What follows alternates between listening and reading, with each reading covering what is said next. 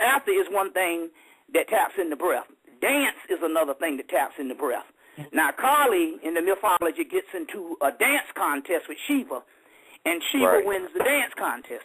So that is actual dance, rhythmic dance, or that is also dancing with sex, tantra. Either way, you're doing breathing. So here goes again. It comes back down to the whole breathing thing. And so these mythologies, when they're talking about that's what they're talking about. That's what they're talking about. Yeah. Yeah, okay. Yeah. I'll be here with you guys. Thanks, Miss Blue. All right. I want you to keep up the work. All right. Later. Later, guys. Yeah. Okay. All right. Here we go. We're going to continue on going to the next caller. It looks like calling in from area code 646. You are live in the remix. Tell us who you are and where you're calling from. Kahea, and from Iowa. Hi, Bobby. Hi, Ms. Blue. How you doing? Okay. Good. How are you? Thank you for the show. I'm good, thank you. I have a question. I had a vision the other night. After I asked, why did you give us bodies if they're just going to die? Why put us through that process of, having to fear that and, lose that? And I went to a spirit came to me, rather, and he said that he was the creator of darkness, and his brother was the creator of daylight. And they wanted to see each other's creation, but they couldn't because the one would bleed into the other. So they took different forms. And when they took the other forms, they left somebody in charge. And the person that they left in charge did something and basically, turned the world against darkness and made darkness into evil. And then he said to me, and now they call me Satan. And I was talking to my guy about it, and he said maybe Satan was a way for me to understand what the power, the entity, or the energy is, maybe not Satan itself. So I was just wondering if you've ever read any myths about any brother doing like that. There's tons and tons. There's hours and hours and books on all of that. The darkness is just the most potent force. How it was returned evil is simply, as time went on, people became ignorant of the potent forces, and when they don't understand something, they lump it into the trash can of evil, into the area of evil. It's almost like if you go into your kitchen and look at the bleach, and the bleach has 2 skulls and crossbones on it. You know that just means poison or dangerous. You know that just means a more powerful formula, you see what I'm saying, than soda pop. You understand what I'm saying? So now let's say 1,000 years later, somebody comes into the kitchen and they weren't taught that knowledge, or that knowledge had deteriorated and they lost that knowledge, and they look at the bleach bottle and they look at the soda can, they'll think that the soda can is good and the bleach is evil. Because they have lost the scientific aspect of what these particular forces are. These forces are always complementary. And you must understand something. These forces are not human, they're cosmic. So how can we put human behavior on a cosmic thing and call it evil based on human standards when these forces are not even human? So, right. You see, so what has happened here is, over the years, the ignorance has made the forces that they don't understand, and the ones that might look a little more pronounced than the other one, they have made it the scapegoat. And a scapegoat for human behavior, but ultimately, these particular forces are not even human. So if they're not human, you can't put a human stigma or a human characterization on it. You see what I'm saying? So that's what that is about. You know what he might be, who he might be, though, like a name? He was really dark blue and looked kind of like an animal. Satan is melanin. Satan is carbon, 6 protons, 6 electrons, 6 neutrons. It's the same stuff we've been talking about. That was cosmic and formulas that later on was turned into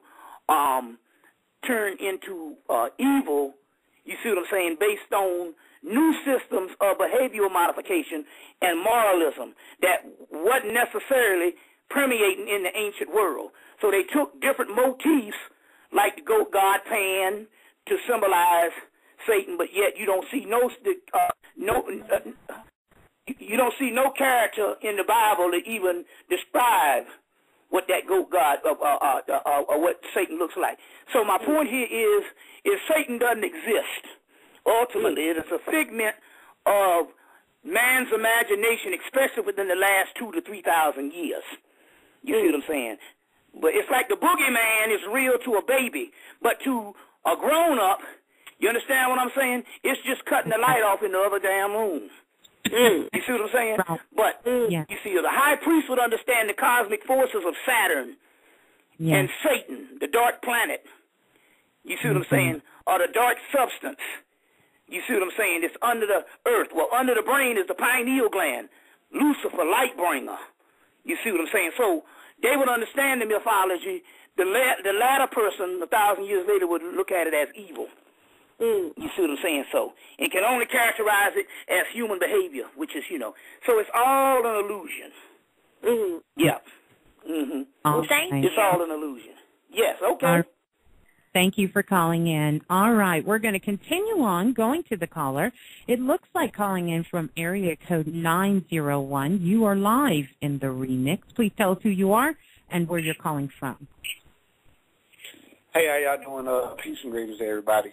Yeah. Greetings. My name is Sincere. I'm calling from Memphis, Tennessee. And my question was, is there any particular rituals that need to be done this year? I'm one to not fall into ritual for the sake of ritual. I think that and I know that this is new, and a lot of people are very happy and they want to do these rituals because we talk about them. I think that these things should be relevant to what comes up, to what comes up. So there's healing rituals. You see, there's rituals to get energy based on the moon, full moon ritual cycle and stuff like that. And just about most good books that deal with those types of things will tell you what certain rituals are for. And stuff like that, and I think that that's one way to do it. I'm not an advocate of just doing them just to be doing them, just because just to see do they work or whatever type thing like that.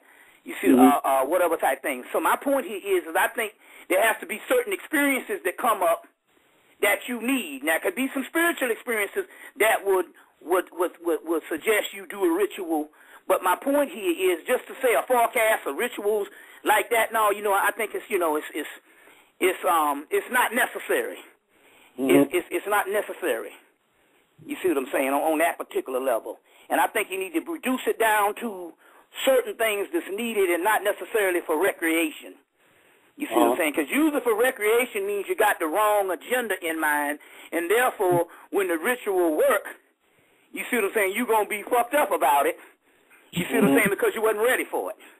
Yeah. Right. You see what I'm saying? So that's why I say, that's why I say, it should be done, but I think that you should study certain things on these things. Let me give you a good little book, something that's something that you can, I want you to, if you can get two books, get a book, I tell her to get a book called The Magician. And I think you need to study that book. I think it's one of the best books that can just give you the basic rudiments of what you're dealing with and how to deprogram your mind. It's called The Magician, Magicien. So like magic with the K, but it's Magicien, I-A-N, The Magician. Studies in Effective Magic by Philip Cooper. I want you to get that book. It's out of print, but you might be able to find another book he has. It's called Basic Magic by Philip Cooper. Get those books and get The Magician and get the Basic Magic and start with those and try to start to learn stuff before you partake in it. You see what I'm saying? Because you can not only that, even if one works for you and you're successful at it, you can start doing rituals so much until you get stuck there, and it's not really about that. It's not really about that. So I would suggest start with it's out of print, and you might have to go some to get it, but you're on the internet, go to Amazon, but I would suggest if you could get those books, those are the two to start with. The Magician by Philip Cooper and Basic Magic by Philip Cooper. And because the book starts off with dealing with mind control and how we have been conditioned from a child not to believe certain things. So it's talking about reprogramming your reality, and I think that's the best way to start. And just study on it first. I suggest before you do something, study about it. You see what I'm saying? And once you study and learn the aspect of it, you'll find out that, hell, I might not even need a ritual for this. You know what I'm saying? I might need a goddamn vacuum cleaner just to vacuum my goddamn nasty-ass rug. You see what I'm saying? You see what I'm saying? Or some shit like that. Something like that, One more quick question, though. About soul travel. Yeah. I tend to get stuck in the middle of vibration. You go again. Now, I want to bust your illusion because, see, there's a whole lot of shit that we getting ready to get stuck with. I don't do nothing but sleep and motherfucking eat. And ever since August, sleep and eat. That's my name. And ever since August, I stopped eating. Can't eat shit. Nothing. If I eat a damn grape before 5 o'clock, I'm almost dead. So they took the food away, and it's some spiritual shit because I ain't lost a damn pound. But I spend most of my time sleeping. You see what I'm saying?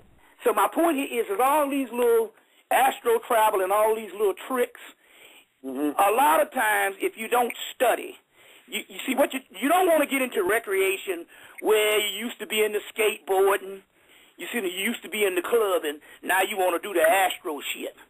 My point here is you can get stuck in these things because they are only tools.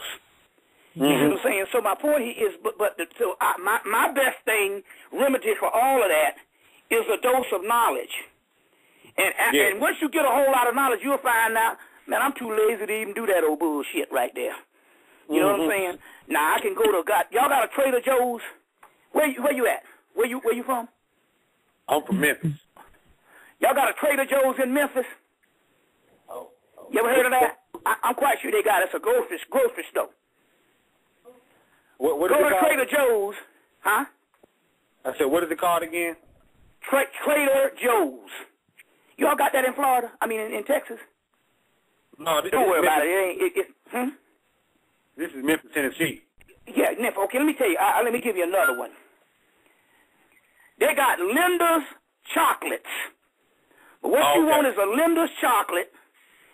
This comes in a round ball. It's a white chocolate in a round damn ball with some white oozy shit to come up out of it.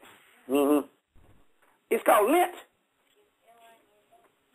Lindt or something like that. Yeah, Linden chocolate. Yeah, I heard of it. Linden, yeah. Yeah, Linden. Go and get it's a round white chocolate ball with some white chocolate shit in the middle of it. And bite down into that motherfucker.